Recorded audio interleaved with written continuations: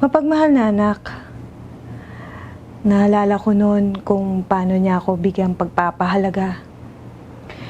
Kung paano niya ingatan yung mga bagay na nabibigay ko. Kung paano siya magpasalamat sa mga tulong na nakakaya ko. Mabait. Naalala ko noon ng mga panahon na naglalaro lang kami.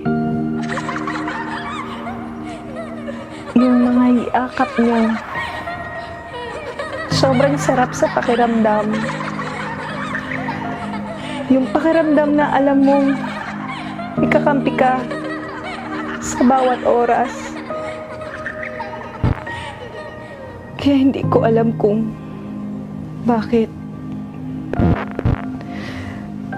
nag-iba ang lahat.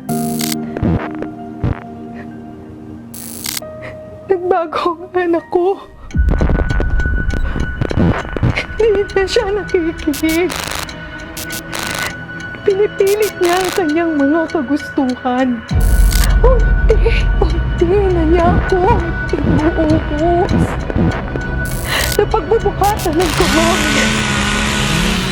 Kahit na niya tumigil!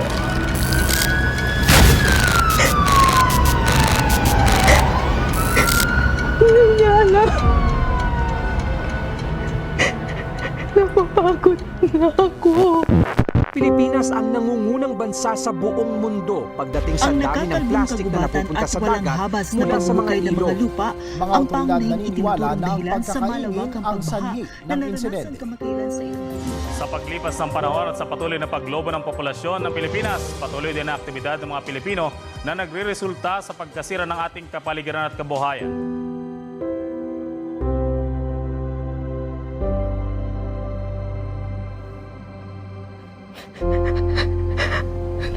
Ayoko na sanang magsalita.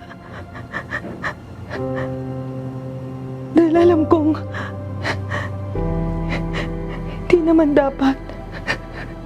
Pero kailangan ko na yatang umabot dito.